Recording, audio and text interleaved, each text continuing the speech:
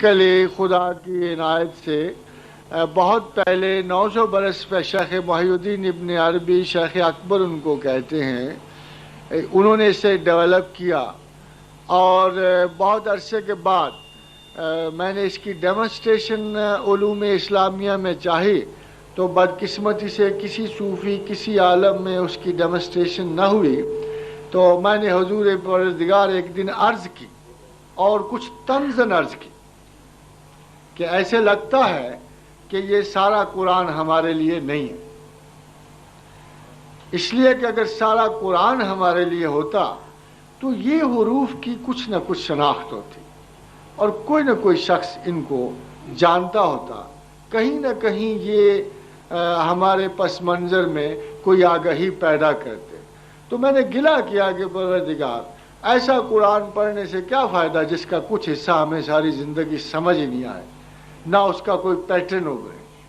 تو کچھ عرصے کے بعد میں چونکہ مسلسل اس پہ غور کرتا رہا تو کچھ عرصے کے بعد مجھے ان اسماء کی ایک کشاد ملی اور تب سے لے کر اب تک مجھے اندازہ ہوا کہ یہ اتنا بڑا علم ہے شناخت کا، آگہی کا، اشیاء کے علم کا، فطرت اشیاء کا، کہ جس کا تصور بھی کوئی نہیں کر سکتا۔ اور یہ میں سمجھتا ہوں کہ اللہ کی عنایت ہوگی، اور میرے خیال اس حال میں بھی بے شمار حضرات محترم ایسے ہوں گے، کیونکہ میری یہ عادت نہیں کہ میں علم کو چھپا کے رکھوں، جن پہ میں نے اس کو ایگزیبٹ کیا ہوگا، اور اس علم کو مختصراً یہ کہیے کہ بغیر آپ کسی شے کے جانے ہوئے اسے جانتے ہیں۔ بہت سارے لوگوں نے اس کو علم غیب کا، بہت سارے لوگوں نے اسے اکتشاف اور کشف کا۔ دراصل بات یہ ہے کہ اکتشاف تو یہ ہے مگر علم غیب نہیں۔ ایک معمولی سے انسان کا، ایک معمولی سے طالب علم کا ذہنی کاوش سے کسی متروک برانچ کو جان جانے کو تو علم غیب نہیں کہیں۔ اس سے پہلے بھی کئی لوگوں کے پاس یہ علم ہوگا۔ یہ اتفاق ہے کہ 1500 سال کی اس تاریخ اسلام میں اسے صرف ایک آدمی نے ایگزیبٹ کیا، اور وہ شیخ محی الدین تھے۔ تو انہوں نے اپنی کتاب میں لکھا کہ دخل سین فی الشین ظہر قبر محی الدین، کہ جب سین شین میں داخل ہوگی تو شیخ محی الدین کی قبر ظاہر ہوگی۔ تو بہت سارے لوگ اس معاملے میں پریشان رہے کہ یہ کیا کہہ گیا، داخل سین فی الشین ظہر قبر محی الدین۔ تو بہت سو برس کے بعد جب سلطان سلیم اول شام میں داخل ہوا تو اس نے حکم دیا کہ شیخ اکبر کی قبر دریافت کی جائے۔ پھر وہ قبر ڈھونڈی گئی اور سلطان سلیم کے زمانے میں اس پہ شیخ اکبر کا نشان بنایا گیا۔ تو اس کے بعد آپ پھر اس سٹیٹمنٹ کو پڑھیے کہ داخلہ سین فی الشین، کہ جب سین شین میں داخل ہوگی ظہر قبر محی الدین، تو محی الدین کی قبر ظاہر ہوگی۔ اس کے بعد یہ علم پھر خفیہ ہو گیا اور بہت سارے لوگوں نے اس کے دعوے کیے، اور لوگوں کے پاس بڑا آسان تھا یہ دعویٰ کرنا، بڑے بڑے مرشدوں نے کیے، یہ نہیں کہ چھوٹے لوگوں نے کیے۔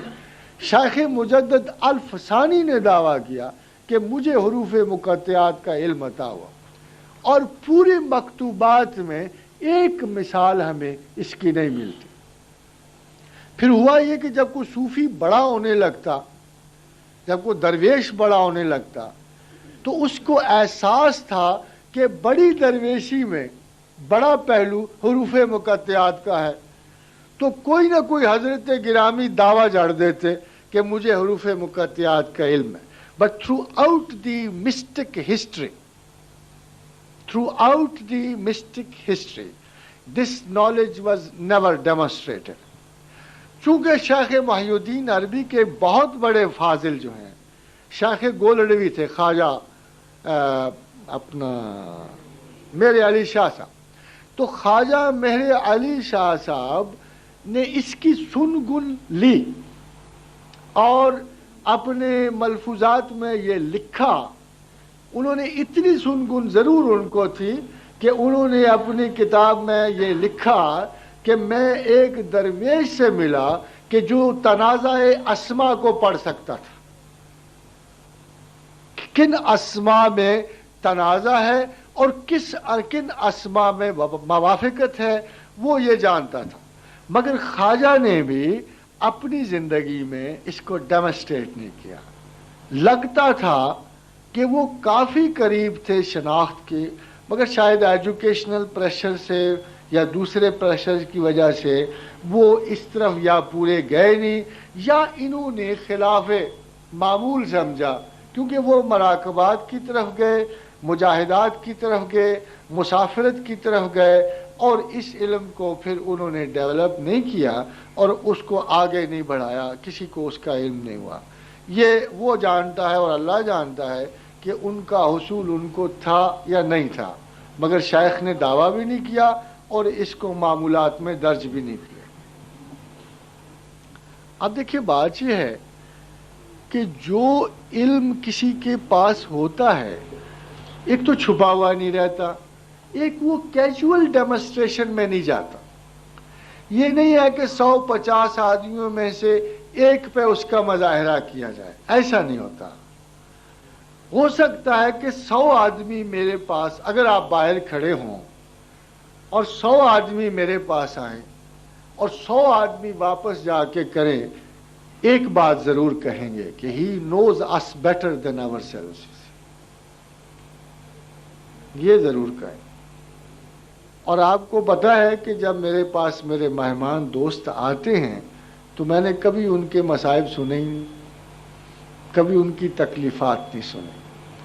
I first try to know myself what is problem with them and then I ask them. اس لیے کہ لوکل پرابلم اور ہو سکتا ہے، مگر کوئی آج تک ایسا انسان نہیں گزرا علوم ارتکاز میں یا ارتکاز سے باہر جو فطرت انسان پہ حکم رکھتا. یہ سنت رسول صلی اللہ علیہ وسلم ہے اور قدوم میمنت لزوم کی برکت ہے کہ ان کے امتیوں کو یہ سعادت ہوتی ہے. میں آپ کو ایک چھوٹا سا واقعہ سناؤں کہ اس سعادت میں مجھے جو اللہ نے نصیب فرمائی.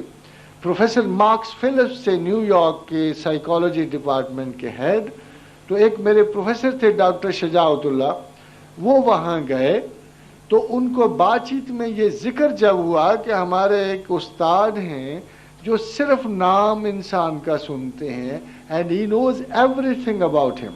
میں اس سے پہلے ایک جملہ آپ سے کہتا چلوں، شیخ محی الدین ابن عربی یہ بات کہا کرتے تھے، میں ایک انسان پہ 3 نظر ڈالتا ہوں اور اس کے میثاق سے لے کے برزخ تک کے مقامات دیکھ لیتا ہوں. وہ دراصل اسی علم کی بنیاد پہ تھے، اسی علم کی بنیاد پر وہ یہ دعویٰ علمی طور پہ کر سکتے تھے، پریکٹیکلی نہیں کر سکتے تھے کہ ہی نوز what happens to man in a birth, what happens when he grows young, what happens when he learns, what happens when he dies.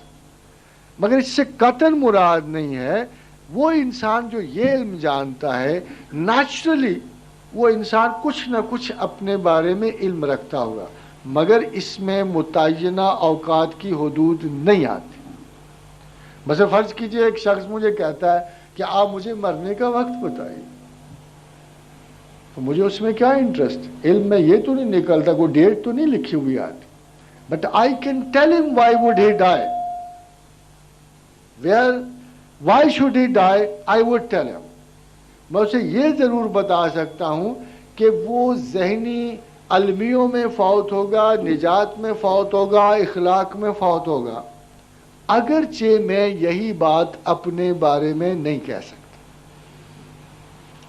کیونکہ علم میں جب ذات شامل ہو جائے تو اس کا درجہ اعتدال سے گر جاتا ہے. علم میں جب خارجی نظر ہو تو وہ پرفیکٹ ہوتا ہے. اس کو آبجیکٹو اور سبجیکٹو انڈرسٹینڈنگ ہے. تو پروفیسر مارکس فلپس سے جب اس نے ذکر کیا تو اس نے اسے یہی کوشچن کیا جو پروفیسر صاحب نے مجھ سے پوچھے تھے کہ ڈز ہی نو ٹیلی کائنیسس؟ ان کا نہیں. ڈز ہی نو ٹیلی پیتھی؟ ان کا نہیں. Does he concentrate? ان کا نہیں. تو how does he live? He has a view? انہوں نے کہا نہیں کوئی ویو نہیں, وہ تو نارمل بیٹھے ہوتے ہیں, انہوں نے آج تک مکھی نہیں ماری اس کام کے لیے. تو انہوں نے کہا it is impossible, I don't believe it. تو ڈاکٹر شجاعت نے کہا پروفیسر مارک فلپ سے کہ ایسے کرتے ہیں کہ ٹیلی فون پکڑ لیتے ہیں, میں ساتھ بیٹھتا ہوں, میں ان سے پوچھوں گا, وہ آپ کے بارے میں جو بتائیں گے میں کاغذ پہ لکھتا جاؤں گا, and then you know whether it is right اور رانگ. تو پھر یہی ہوا. اس کے نتیجے میں مجھے نیو یارک سائیکالوجی ڈپارٹمنٹ سے ایک دعوت آئی ہے کہ can you tell us the law of your knowledge. تو یہ حضرت, یہ در حقیقت یہ کوئی اتنا عجیب و غریب علم نہیں تھا, it's a matter of pursuit. میں نے آپ سے پہلے عرض کیا کہ علم برائے دنیا, علم برائے ذات, علم برائے خدا, علم برائے علم, بہت ساری کیٹیگریز میں جب آپ اسپیشلائز کرتے ہو کسی علم کو, آپ کا کیا خیال ہے؟ ایک بات بتائیے. ابھی پروفیسر صاحب نے مجھ سے ایک سوال پوچھا تھا کہ صوفی کی پہچان کیسے ہو. معاذ اللہ استغفر اللہ, میں اپنے آپ کو تصوف کا, خدا کی شناخت کا طالب علم کہتا ہوں. دیر از نو پرفیکشن ان دس نالج. مگر آپ مجھے ایک بات بتائیے کہ ایک آدمی ایف ایس سی کرتا ہے, ڈاکٹری کرتا ہے, اسپیشلائز کرتا ہے, اور مرتے ہوئے ایک بے پناہ علمیت کی ڈاکٹری کے رتبے تک پہنچتا ہے, تو اس نے ترقی نہیں کی ہوتی. ایک آدمی ایف ایس سی کرتا ہے, انجینئرنگ کرتا ہے, پی ایچ ڈی ان انجینئرنگ کرتا ہے, ماہرین میں سے شمار کیا جاتا ہے, اس نے ترقی نہیں کی ہوتی.